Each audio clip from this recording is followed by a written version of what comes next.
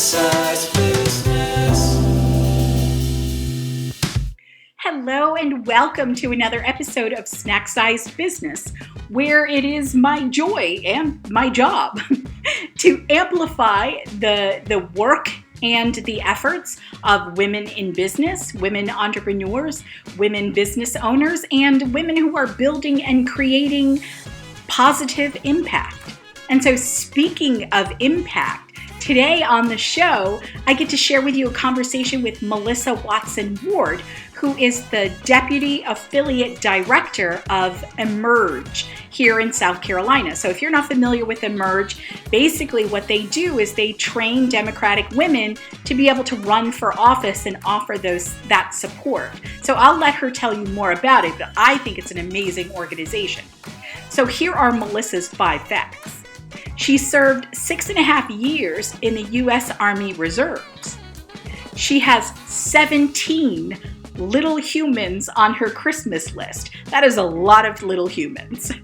She is a Gamecock for Life fan. So if you don't know what that means, you don't live in South Carolina.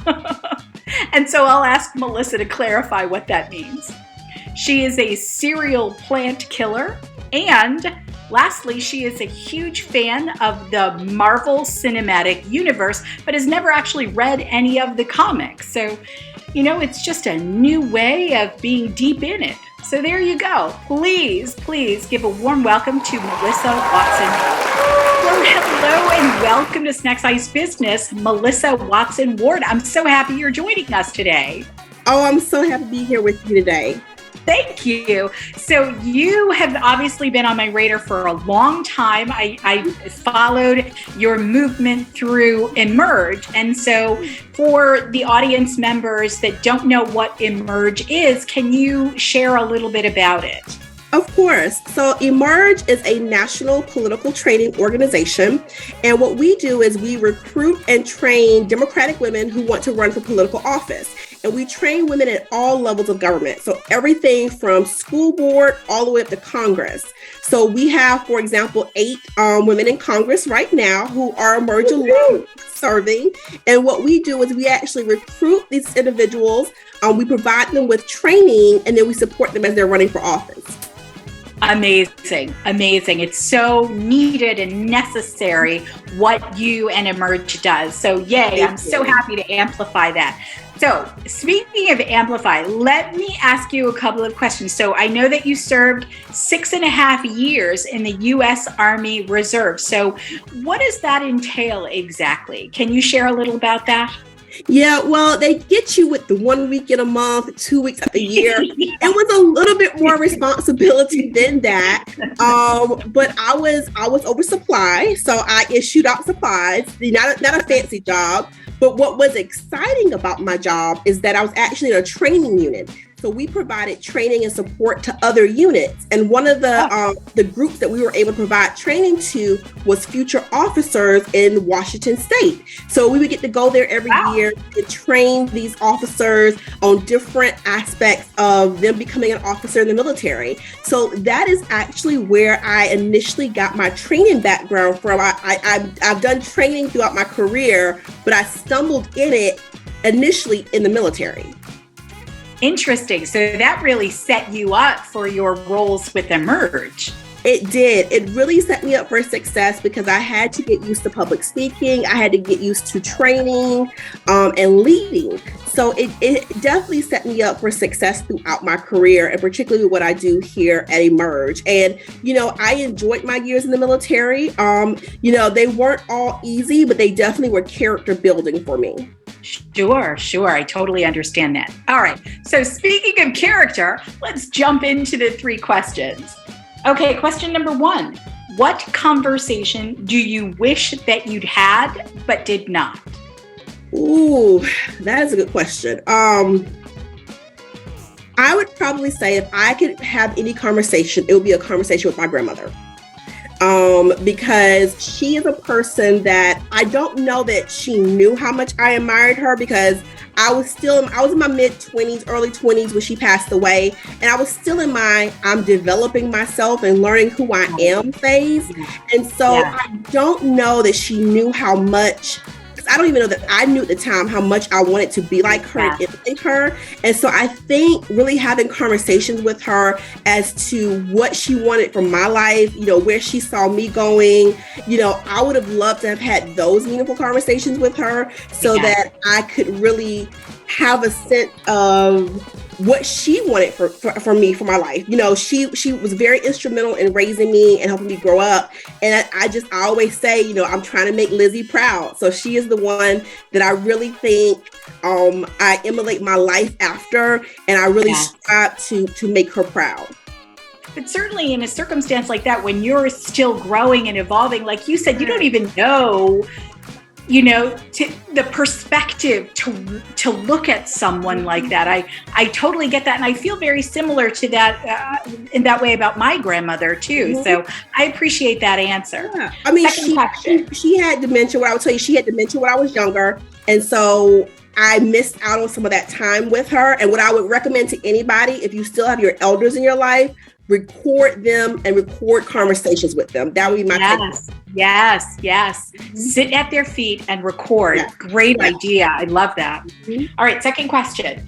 What do you love about what you're doing? Goodness. No, LB, I love what I do. And I will say it's twofold.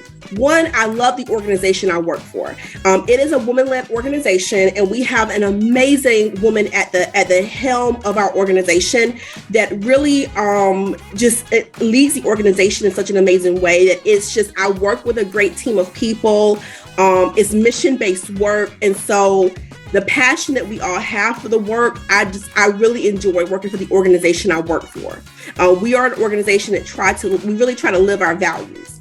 And I enjoy working with the women that want to get elected, that come to the Emerge program, because for me, I have a social work and public health background. And so I care about these issues. And to affect those issues, we need better decision makers. So the fact that I get to help bring in better decision makers, change the lives of people here in South Carolina and across the nation, it's amazing work. It's absolutely amazing work.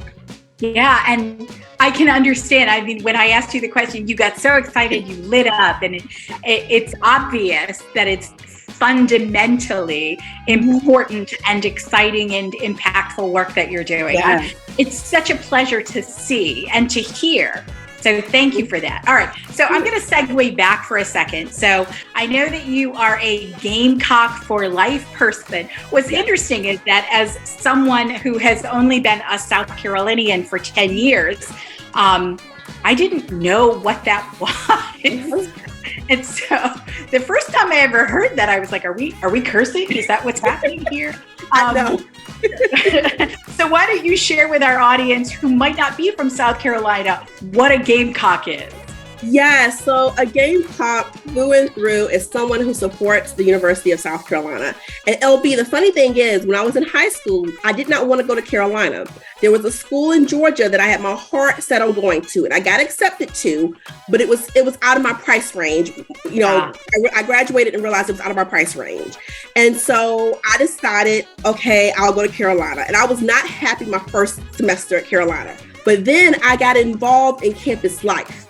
And I threw myself into the university and university life like head first. And when I did that, my love for the university grew. So also I have a bachelor's degree from there and 2 masters from there.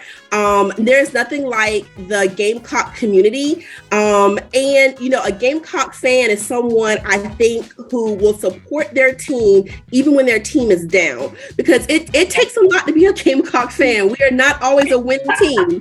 In football, we are not always a winning team, but I think it teaches you really loyalty and commitment and dedication to a cause. Yes, I understand. As a New Yorker, it would be akin to being like a Mets fan, Yes. All right. Well, thank you for that clarification. I'm sure the audience would appreciates that as well. Third and final question. What communication advice do you live by? communication advice. I think just have the communication. I think, we worry too much. I used to worry so much about like how perfect my emails were and would spend a little extra time on it, or a lot of extra time on it, instead of just trying my best and sending things forward, or so worried about having conversations that you end up not having the conversation because you're trying to phrase things the perfect way. What I will say is just have the conversations. That would be the biggest communication advice I would give. Send the email, have the communications. Don't strive for perfection, strive for understanding. Would be my thing, and seek to understand others. I think sometimes we hear what we want to hear and we don't really listen to other people. So I would say when you're communicating with others, seek to have them understand you and seek to understand them also, versus just seeking to reply or things of that nature. So really seeking to understand and just have a conversation. Don't seek perfection, just have the conversation. Gosh, there's so much good stuff in there. Okay, so don't allow your inhibitions or your fears or whatever to stop you from having the conversation. Have the conversation, regardless of how imperfect it might be, right? And then listen to understand, reply with that understanding. Don't just wait for your turn to speak. Yes. They're like, okay, all right, I'm going to jump in. It's like double dutch. I'm jumping in. It's my time. And they're so focused on what their reply is. They miss the true meaning of what was just said to them. Yeah, I 100% agree. Perfect communication advice. So one last thing before I let you go. So can you please share with me what... You're a serial plant killer? Like, is it like, what's the deal with that? No green thumb whatsoever? No.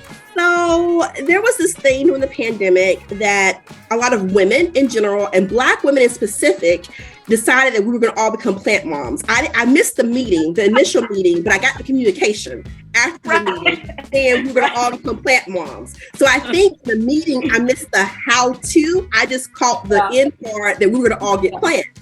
So I went and got like 30 plants.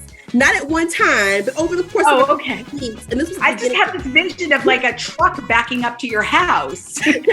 That's how it was my SUV. I would go to like Lowe's and go get all these plants, and I had like 30 plus plants. And what I found was it was just too overwhelming. Like I wanted to join the calls and be part of the N Club and be with everybody else in solidarity, collect plants. But it was just too much. And so now I have 2, and I'm okay with 2. And it's manageable. It is manageable. Yes. But I killed a house full of plants. There you go. See, I love it. All right. So there we have Melissa Watson Ward, amazing leader, director, emerge, and serial plant killer. There you go. Well, thank you so much for your time and your good humor. It was such a pleasure. Thank you.